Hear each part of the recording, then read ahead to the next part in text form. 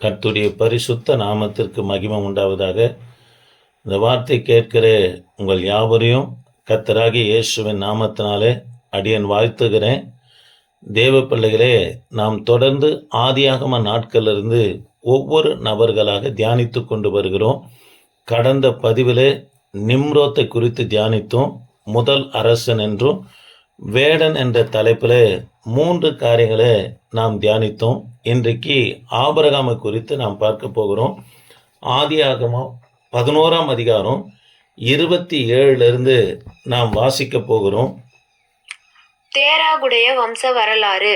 தேராகு ஆபிராம், நாகோர், ஆரான் என்பவர்களை பெற்றான். ஆரான் லோத்தை பெற்றான். ஆரான் தன் ஜென்ம பூமியாகிய ஊர் என்கிற தேசத்து பட்டணத்திலே தன் தகப்பனாகிய தேராகு மரிக்கும் முன்னே மரித்தான். ஆபிராமும் நாகோரும் தங்களுக்கு பெண் கொண்டார்கள். ஆபிராமுடைய மனைவிக்கு சாராய் என்று பேர். நாகோருடைய மனைவிக்கு மில்கால் என்று பேர். இவள் ஆரோனுடைய குமாரத்தி. அந்த ஆரான் மில்காலுக்கும் இல்காலுக்கும் தகப்பன். சாராய்க்கு பிள்ளை இல்லை, மலடியாய் இருந்தாள். தேராகு தன் குமாரனாகிய ஆபிராமையும் ஆரோனுடைய குமாரனும் தன் பேரனுமாயிருந்த லோத்தையும் தன் குமாரன் ஆபிராமுடைய மனைவியாகிய தன் மருமகள் சாராயையும் அழைத்து கொண்டு அவர்களுடனே ஊர் என்கிற கல்தேயருடைய பட்டணத்தை விட்டு கானான் தேசத்துக்கு போக புறப்பட்டான். அவர்கள் ஆரான் மட்டும் வந்தபோது அங்கே இருந்து விட்டார்கள். தேராகுடைய ஆயுசு நாட்கள் 205 வருஷம். தேராகு ஆரானிலே மரித்தான். ஆதியாகமம் 11:26 தேராகுக்கு 70 வயது ஆன பிற்பாடு 3 பிள்ளைகளை பெற்றெடுக்கிறார்.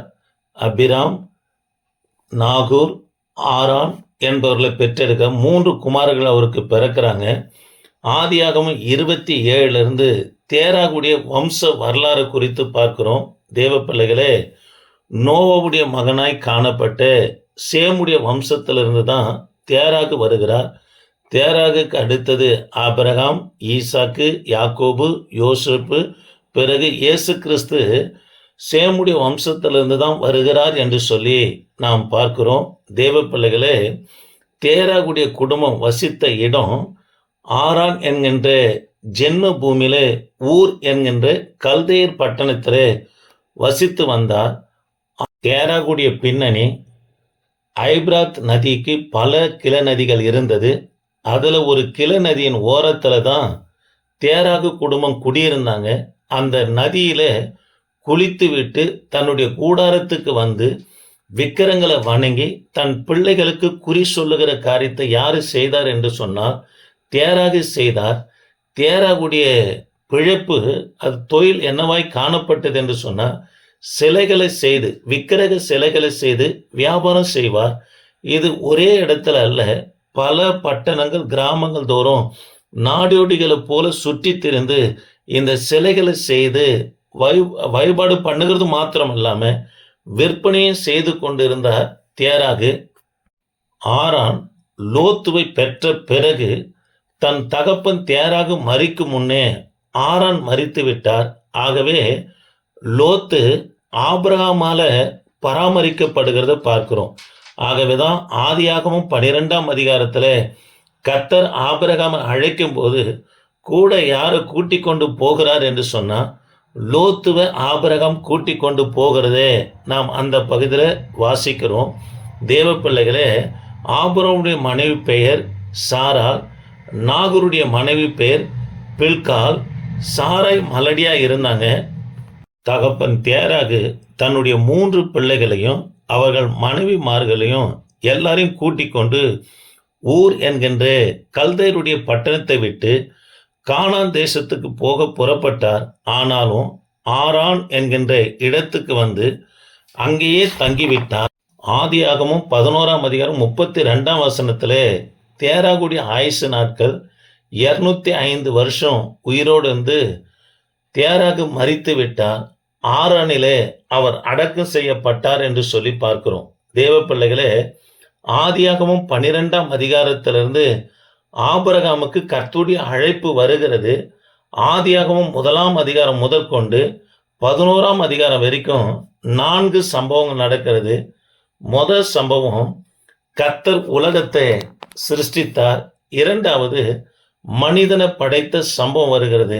மூன்றாவதாக பெரிய வெள்ளம் அதாவது ஜலப்பிரயாணத்தை குறித்து பார்க்கிறோம். நான்காவதாக பாபேல் கோபுரம் சம்பவம் நடக்கிறத பார்க்கிறோம். தேவ பிள்ளைகளை ஆதியாகமும் 12ஆம் அதிகாரம் முதல் 50ஆம் அதிகாரம் வரைக்கும் 4 பேருடைய சம்பவம் காணப்படுகிறது. ஆதியாகமும் 12ஆம் அதிகாரம் முதல் 23ஆம் அதிகாரம் வரைக்கும் விசுவாசிகளின் தகப்பனாய் காணப்பட்ட ஆபிரகாமுடைய சம்பவத்தை குறித்து பார்க்க முடியும்.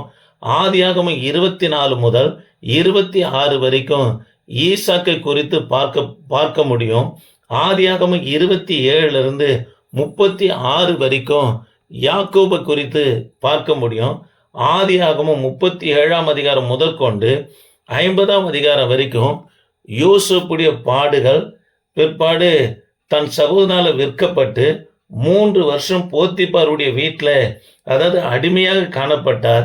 செய்யாத தவறுக்காக சிறைச்சாலையில் பார்வோன் தேசத்தில் 10 வருஷம் சிறைச்சாலையில் அடைக்கப்பட்ட பிற்பாடு ஆண்டோடைய அழைப்பு தரிசனத்தின் பிரகாரமாக யோசேப்பு எகிப்து தேசத்தில் 2வது அரசனாக உயர்த்தப்பட்டு பிற்பாடு அவர் மரணம் அடைகிறதை நாம் பார்க்கிறோம்.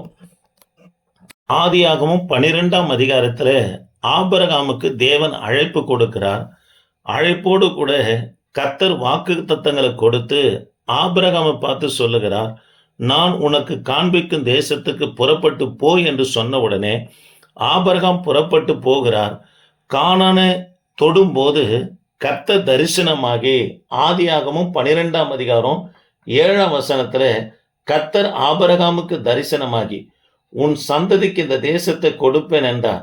அப்பொழுது அவன் தனக்கு தரிசனமான கர்த்தருக்கு அங்கே ஒரு பலிபீடத்தை கட்டினான் என்று வாசிக்கிறோம். தேவ பிள்ளைகளே, ஆபிரகாம் இன்ன இடம் போ என்று கர்த்தர் ஆபிரகாமுக்கு சொல்லல தேவன். ஆனா புறப்பட்டு வருகிறார். ஆபிரகாம் புறப்பட்டு வந்து கொண்டே இருக்கும்போது கானானை தொடும்போது கர்த்தர் கானான்ல தரிசனமாகி சொல்லுகிறார், உனக்கும் உன் சந்ததிக்கும் இந்த தேசத்தை தருவேன் என்று சொன்ன உடனே தேவ பிள்ளைகளே அங்க பலிபீடம் கட்டி ஆபிரகாம் கர்த்தரை தொழுது கொள்ளுகிறதை பார்க்கிறோம். அபிராம் என்று சொன்னால் மேன்மையான உயர்த்தப்பட்ட தகப்பன் என்று பொருள். ஆபிரகாம் என்றால் திரளான மக்களுக்கு தகப்பன் என்று பொருள். ஆபிரகாமுக்கு வேறு சில பெயர்களும் உண்டு. தேவனுடைய சிநேகிதன் என்று யாக்கோபு 2ஆம் அதிகாரம் 23ஆம் வசனத்திலும், தேவனுடைய தீர்க்கதரிசி என்று ஆதியாகமும் 20ஆம் அதிகாரம் 7ஆம் வசனத்திலே வாசிக்கிறோம்.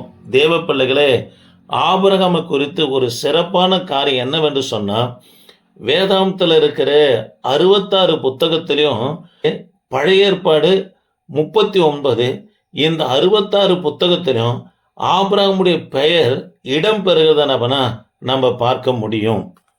ஆபிரகாம் வயது 75 வயதிலே கானான் தேசத்துக்கு புறப்பட்டு போனார் என்று ஆதியாகமும் 12ஆம் அதிகாரம் 4ஆம் வசனத்துல வாசிக்கிறோம். கர்த்தர் ஆபிரகாமுக்கு சொன்னபடியே அவன் புறப்பட்டு போனான். லோத்துவும் அவனோடு கூட போனான். ஆபிரகாம் ஆரானை விட்டு புறப்படும் போது 75 வயது உள்ளவனா இருந்தான் என்று வாசிக்கிறோம். ஆக தேவ பிள்ளைகளே, ஆபிரகாமுக்கு வாக்குத்தத்தம் பண்ணப்பட்ட பூமியில போய் சேரும்போது ஆபிரகாமுக்கு 75 வயது என்று சொல்லி பார்க்கிறோம். 86வது வயதுல இஸ்மவேல் பிறக்கிறார். இது ஆதியாகமும் 16:16 வாசிக்கிறோம். ஆபிரகாமுக்கு 99 வயது ஆகும்போது ஆபிரகாமுக்கு பெயர் மாற்றப்படுகிறது. அபிராம் என்ற பெயர் ஆபிரகாம் என்று பெயர் மாற்றப்படுகிறது. இது ஆதியாகமும் 17:5 வாசிக்கிறோம். ஆபிரகாமுக்கு 100 வயது ஆகும்போது ஈசாக்கை பெற்றார் என்று ஆதியாகமும் 21ஆம் அதிகாரம் 5ஆம் வசனத்துல வாசிக்கிறோம்.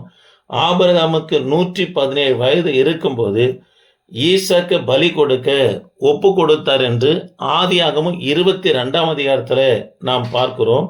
ஆபிரகாமுக்கு 137 வயது ஆகும்போது சாரால் மரித்து விட்டாங்க. இது ஆதியாகமும் 23ஆம் அதிகாரம் 1ஆம் வசனத்துல வாசிக்கிறோம். ஆபிரகாமுக்கு 140 வயது இருக்கும்போது ஈசாக்கின் திருமணம் நடந்தது. இது ஆதியாகமம் 25:20 வாசிக்கிறோம். ஆபிரகாமுக்கு 160 வயது இருக்கும்போது ஏசா யாக்கோப் என்ற பேரப்பிள்ளைகளை கண்டார் என்று சொல்லி ஆதியாகமம் 25:26 வாசிக்கிறோம்.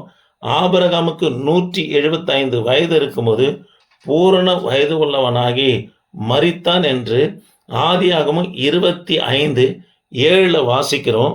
ஆபிரகாமுக்கு எத்தனையோ நற்பண்புகள் இருக்கிறது. அதுல 3 நற்பண்புகளை குறித்து நாம் தியானிக்க போகிறோம். முதலாவது நற்பண்பு, தூதர்கள் என்று தெரியாமல் தூதர்களை உபசரித்தார் என்று ஆதியாகமம் 18:1-18 வாசிக்கிறோம். எபிரேயருக்கு எழுதின நிருபம் 13ஆம் அதிகாரம் 2ஆம் வசனத்துல எபிரேய ஆக்கியோன் இதை எடுத்து காட்டுகிறத பார்க்கிறோம். அந்நியரை உபசரிக்க மறவாதிருங்க. இதனால சிலர் அறியாமல் தேவதூதரையும் உபசரித்தது உண்டு என்று சொல்லி பார்க்கிறோம்.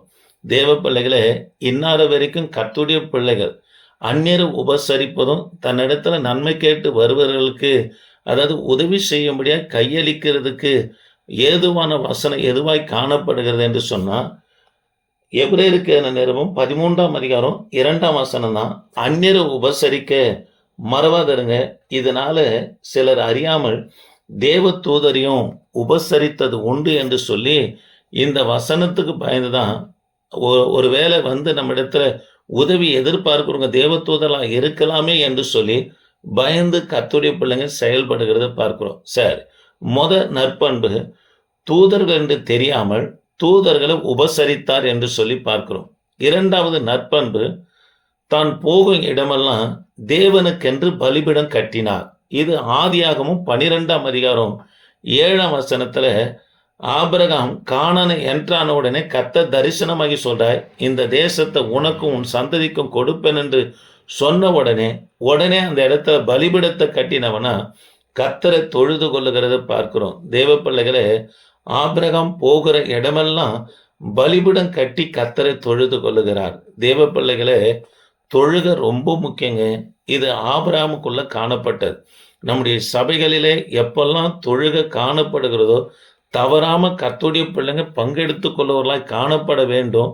இதே எபிரேய ஆக்கியோன் சொல்லுகிறார், சபை கூடுதலை சிலர் விட்டு விடுகிறது போல விட்டு விடாதிருங்க. அதாவது நாட்களானது சமீபத்து இருக்கிறது என்று சொல்லுகிறார். தேவ பிள்ளைகளே, கர்த்தருடைய வருகை மிக சமீபமாய் இருக்கிறதுனால சபை கூடுதலை தொழுகை விடக்கூடாது என்று எபிரேய ஆக்கியோன் இந்த இடத்துல எடுத்து காட்டுகிறத பார்க்கிறோம். தேவ பிள்ளைகளே, சபை கூடுகிறது, கர்த்தருடைய நாள் சமீபத்து வருதுங்க. கர்த்தர் எப்போ வருவார் என்று தெரியல. சபை கூடுகிற நேரத்தில் கர்த்தருடைய பிள்ளைங்க போயிட்டு ஆராதனை பங்கெடுக்கிறலாய் காணப்பட வேண்டும். அந்த நாட்களிலே அதாவது ஊர் பயணமோ திருமணமோ இவைகளை தவிர்த்து அதாவது முதலாவது கர்த்தருக்கு முதலிடம் கொடுக்க காணப்படுவோம். கர்த்தர் நம்மை ஆஸ்வதிப்பார்.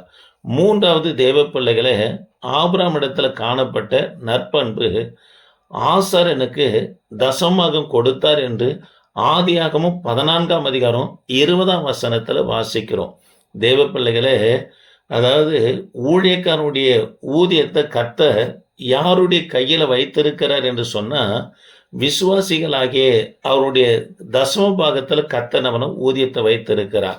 ஆகவேதான் மல்கியா தீர்க்க தரிசன புஸ்தகத்துல நீங்கள் என்னை வஞ்சித்தீர்கள் என்று சொல்லுகிறார். கேட்கிறாங்க, நாங்க எதனால உண்மை வஞ்சித்தோம் என்று சொன்ன உடனே தசம பாகம் காணிக்கையில என்னை வஞ்சித்தீர்கள் என்று கர்த்தர் மல்கியா தீர்க்க தரிசன புஸ்தகத்துல ஆதங்கப்படுகிறத பார்க்கிறோம். தேவ பிள்ளைகளே, ஒவ்வொரு ஊழியக்காரரா இருக்கட்டும், அதாவது விசுவாசியா இருக்கட்டும், தசம பாகத்தை செலுத்தியே ஆகணுங்க.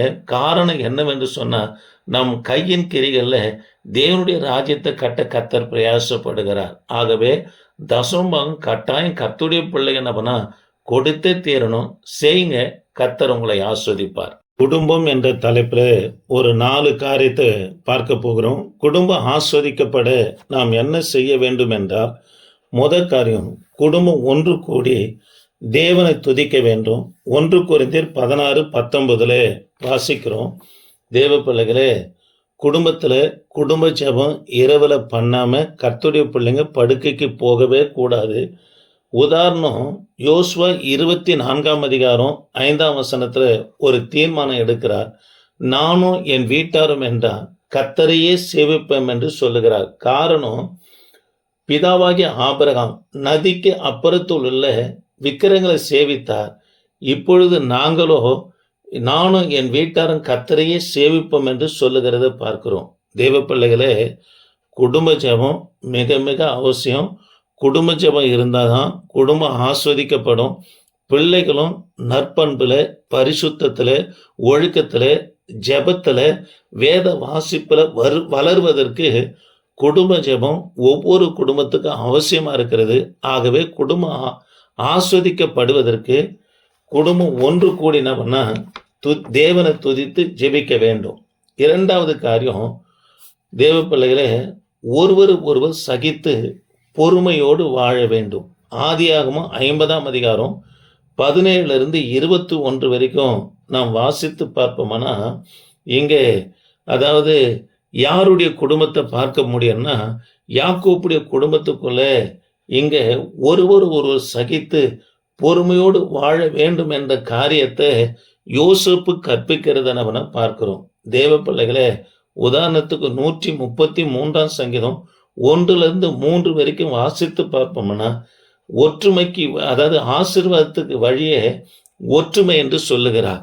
எங்கு ஒருமனப்பட்டு கூடுகிறார்களோ அங்கே ஆசீர்வாதமும் பிற்பாடு ஜீவனையும், அதாவது அபிஷேகத்தையும் கர்த்தர் கட்டடுவார் என்று சொல்லி சங்கீதத்தில் வாசிக்கிறோம். ஆக தேவ பிள்ளைகளை, கணவன் மனைவிக்குள்ள ஒருவர் சகித்து பொறுமையோடு வாழ வேண்டும். இரண்டாவது தேவ பிள்ளைகளை, வஞ்சனையும் பொய்யும் தங்களை விட்டு நீக்க வேண்டும். இது சங்கீதம் 101:7 வாசிக்கிறோம். தேவ பிள்ளைகளை, வஞ்சனையும் பொய்யும் தங்களை விட்டு அகற்றணும்.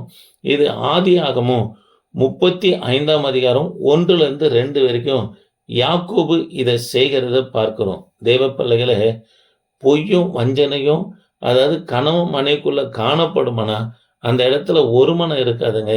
சண்டை, சச்சரவு, பிளவுகள் காணப்படும். பிள்ளைகள் இடத்துல பலவீனங்களை தான் நம்ம பார்க்க முடியும்.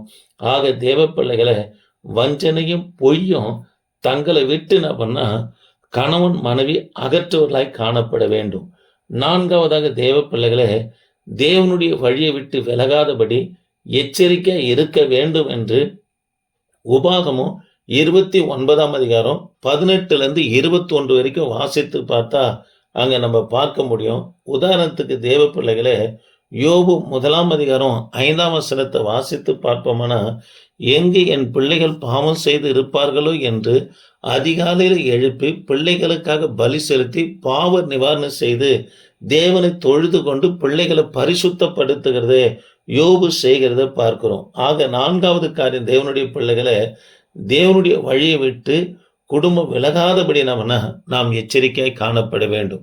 ஆக இந்த வார்த்தை கேட்கிற எனக்கு அன்பான தேவ பிள்ளைகளை, தொடர்ந்து கர்த்தருடைய வார்த்தை கேளுங்க. உங்களுக்கு பிடித்தமான கர்த்தருடைய பிள்ளைகளுக்கு இதை பகிருங்க. என் தேவனாகிய கர்த்தர் உங்களை ஆஸ்வதிப்பார். ஜெபிப்போம். கிருபையின் தேவனே, நாங்கள் உம்மை துதிக்கிறோம். இந்த வார்த்தை கேட்ட ஒவ்வொரு பிள்ளைகளுக்காக ஜெபிக்கிறேன். கர்த்தர் அவர்களையும் உங்கள் குடும்பங்களையும் ஊழியங்களையும் ஆசீர்வதித்து பலப்படுத்தி விருத்தி அடை செய்வீராக. தொடர்ந்து உமது கரம் கூட இருக்கட்டும்பா. இயேசு நாமத்தை ஜெபிக்க நல்ல பிதாவே, ஆமேன். என் ஆத்துமாவே கர்த்தரை ஸ்தோத்திரி, என் முழுமே கர்த்தருடைய பரிசுத்த நாமத்தை ஸ்தோத்திரி. என் ஆத்துமாவே கர்த்தரை ஸ்தோத்திரி, அவர் செய்த சகல வரம் மறவாதீர். ஆமேன். Praise the Lord.